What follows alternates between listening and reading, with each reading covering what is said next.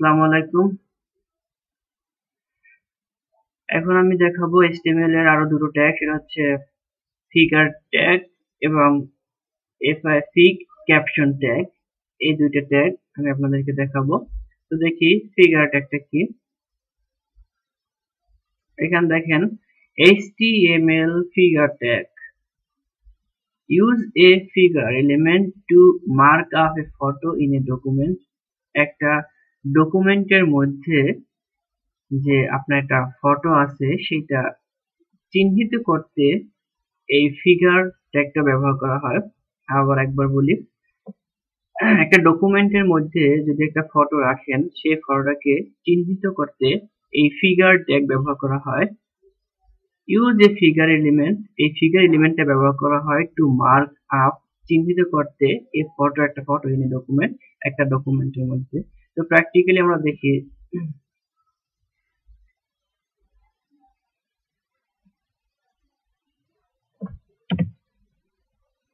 এখানে figure tag,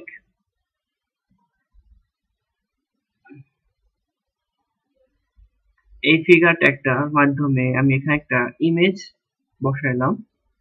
দেখেন, আমি ইচ্ছে করলে এখানে ডিপ ট্যাগ বসিয়েও এই ইমেজ এখানে আমি বসাতে পারি। বাট কেন এখানে ফিগার নামে অন্য একটা ট্যাগ ব্যবহার করা হয়, সেখানে একটা লক্ষণীয় বিষয় যে আমরা ইচ্ছে করলে এখানে ডিপ ব্যবহার করতে পারতাম না? অবশ্যই পারতাম। তো যদি ডিপ ব্যবহার করি, এখানে একটু দেখেন, ডিপ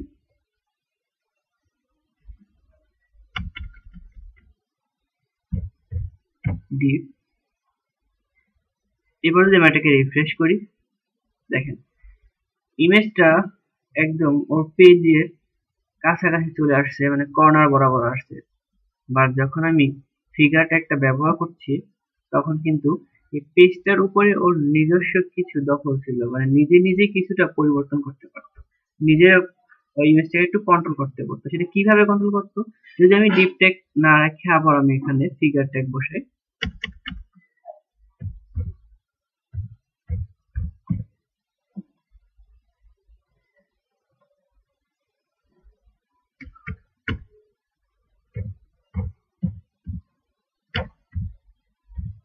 ফিগার, এবার যদি আমি এটাকে রিফ্রেশ করি, দেখেন এইখান থেকে এটা কিছু মার্জিন আকারে এই ছবিটাকে দেখা যাচ্ছে। তাহলে এতটুকু পার্থক্য হচ্ছে ফিগার এবং ডিপ ট্যাগ এর মধ্যে। তাহলে অ্যাকচুয়ালি আমি ডিপ, বেশিরভাগ ক্ষেত্রে আমরা ডিপ ট্যাগ ব্যবহার করে ইমেজ আমরা একটা ডকুমেন্টের মধ্যে ব্যবহার করি, না একটা পেজের মধ্যে আমরা ডিপ ট্যাগ ব্যবহার করে ইমেজ ব্যবহার করি। তো ফিগার ট্যাগটা ব্যবহার করার কারণ হচ্ছে এই এতটুকু পার্থক্য, মানে হচ্ছে একটা পেজের মধ্যে একটা ছবিকে চিহ্নিত করতে এই ফিগার ট্যাগটা আমরা ব্যবহার করতে পারি। তো দেখলাম যে ফিগার ট্যাগটা কি। আর ইমেজ ট্যাগ, এটা তো আমরা আগেই দেখছি যে ইমেজ ট্যাগটা কি। তো এবার আমরা দেখবো একটা ফিগার ক্যাপশন ট্যাগ।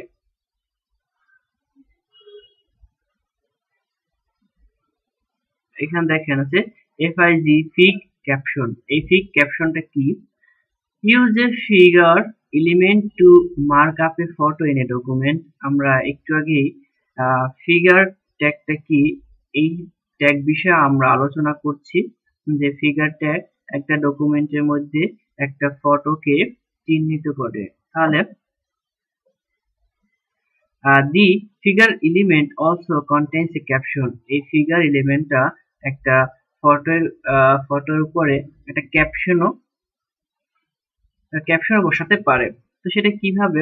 দেখেন এখানে ফিগার এবং ফিগার, এটা ওপেনিং, এটা ক্লোজিং ট্যাগ। তো এখানে ইমেজ বসাইছে।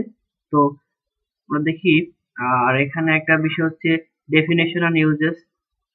যদি আমরা দেখি the fig caption tag defines a caption for a figure element, হচ্ছে এই ফিগ ক্যাপশন ট্যাগটা হচ্ছে ফিগার এলিমেন্টের একটা ক্যাপশন হিসেবে কাজ করবে ফিগ ক্যাপশন ট্যাগটা। তাহলে বুঝতে পারলাম the fig caption element can be placed as the first or last child of the figure element.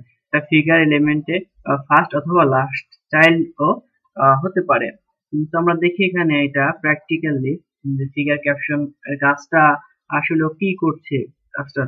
এবার দেখি ফিগার, এটা আমরা আগে দেখেছি ইমেজ, ইমেজ আমরা এখানে একটা ইমেজ বসাইলাম। তাহলে এই ফিক ক্যাপশনের কাজটা কি? ফিক ক্যাপশনের কাজ হচ্ছে একটা ক্যাপশন বসানো। দেখেন এই ইমেজের শেষে একটা ক্যাপশন, এই ক্যাপশনটা বসানোর কাজ হচ্ছে ফিক ক্যাপশন ট্যাগের কাজ।